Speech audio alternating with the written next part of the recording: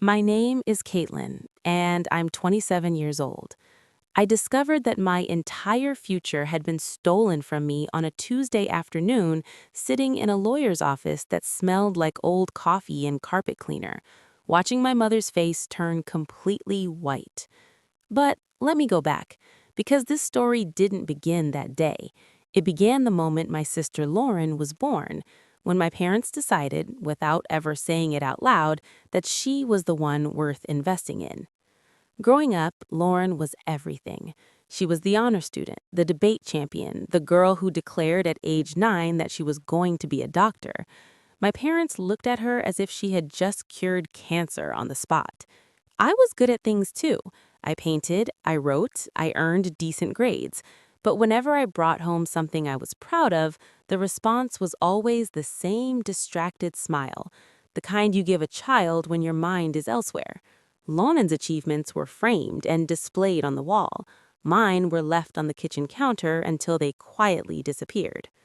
My grandmother, my father's mother, Eleanor, saw it. She never said anything directly to my parents, but she said things to me. She would hold my face in her hands and say, "You are not less, Caitlin. Don't you ever let them make you feel like you are less." I was 12 the first time she said that. I didn't fully understand what she meant. By the time I was 16, I understood completely. What I didn't know, what no one ever told me, was that my grandmother had set up a trust fund in my name when I was born, $890,000, money she had saved over decades, money from the sale of a property she owned before she even married my grandfather. She built that fund quietly, privately, and designated it entirely for me, not for Lauren, not for the family, for me, for my education, my future, my life. I never saw a single dollar of it. When I was 18, I wanted to go to art school. My parents told me we couldn't afford it. They suggested community college. They said I needed to be practical, that art wasn't a real career, that I should think realistically about my future.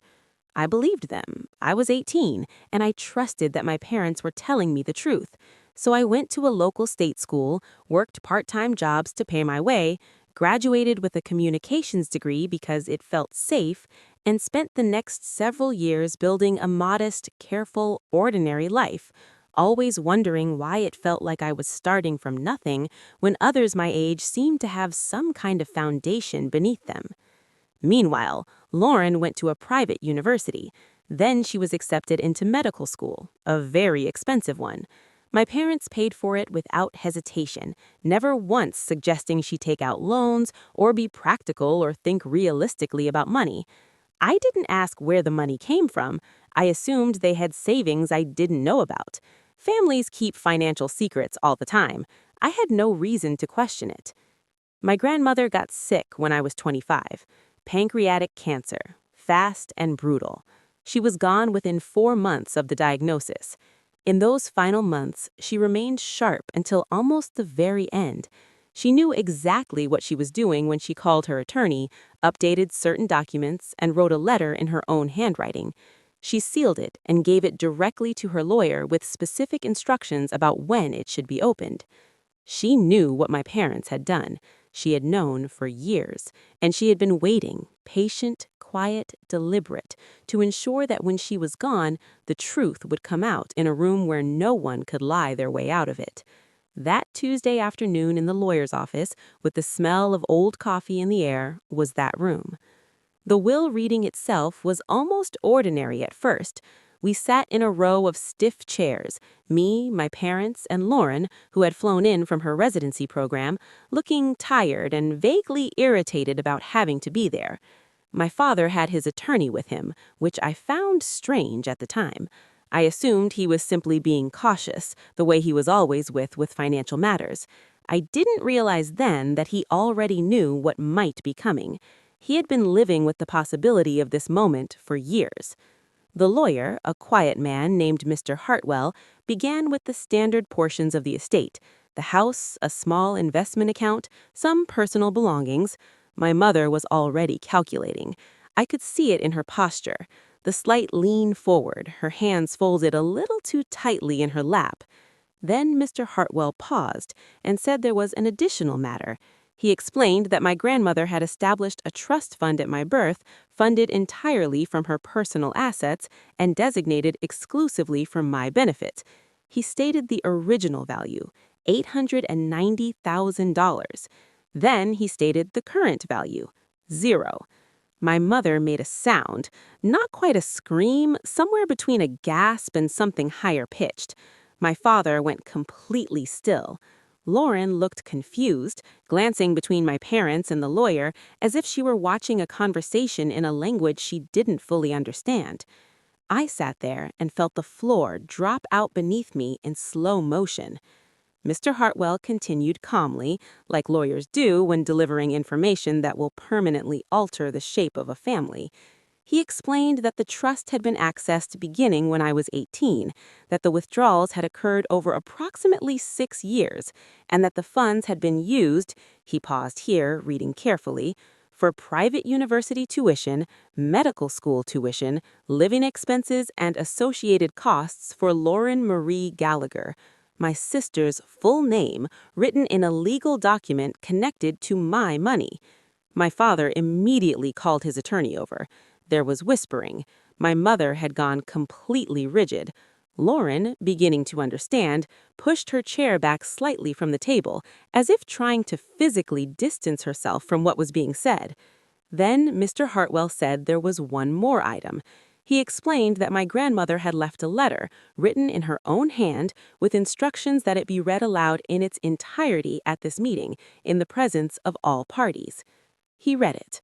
I won't repeat every word here. Some parts were deeply personal, things she said to me that feel too private to share. But I will tell you what she said to my parents. She wrote that she had discovered what they had done when I was 20, and Lauren was in her second year of medical school. She confronted my father privately. He hadn't denied it. Instead, he explained it the way he always explained things, calmly, logically, with reasoning that almost sounded reasonable if you didn't look too closely at what lay beneath. He said Lauren needed it more. He said my future was flexible. He said he would make it right eventually. My grandmother wrote that she had chosen not to go to the courts immediately because she believed him when he said he would make it right. She waited. She watched. He never did. So she made it right herself. The letter explained that she had restructured her remaining estates specifically to account for what had been taken from me. Everything she had left, the house, the investment account, the personal belongings, she left entirely to me. Not split, not shared, everything. She also, the letter noted, filed a detailed report with her attorney documenting the full history of the trust withdrawals, with instructions that the report be made available to me should I choose to pursue legal action. My father sat down halfway through the letter. By the end, he had his hands covering his face. When Mr. Hartwell finished reading, the room was completely silent. Then my father spoke, very quietly, just above a whisper. She found out. He said it like he had been waiting for this moment, like some part of him had always known this day would come. I looked at him, sitting there, and felt something shift inside me. Not rage, something quieter and far more permanent than rage. I thought about every community college brochure, every time I was told to be practical, every year I spent building a careful, modest life while believing I simply hadn't been given what Lauren had been given, never realizing that I had been given something and it had been taken from me. Since then, I have spoken with my own attorney. The process is ongoing. Lauren has said she didn't know where the money came from, and I believe her. At least, I believe that part. My parents have offered explanations, then apologies, then more explanations. I have listened to all of it. But I keep coming back to my grandmother's hands holding my face. You are not less, Caitlin. She knew, even then, what she was going to do. She was already protecting me. Some people wait their entire lives for someone to believe in them that completely. I had that. I just didn't know it until the very end. And somehow, knowing it now is enough to stand on. This story isn't finished, but for the first time in a long time, it finally feels like it's mine. If this story stayed with you, if it made you feel seen, angry, or understood, please subscribe to this channel.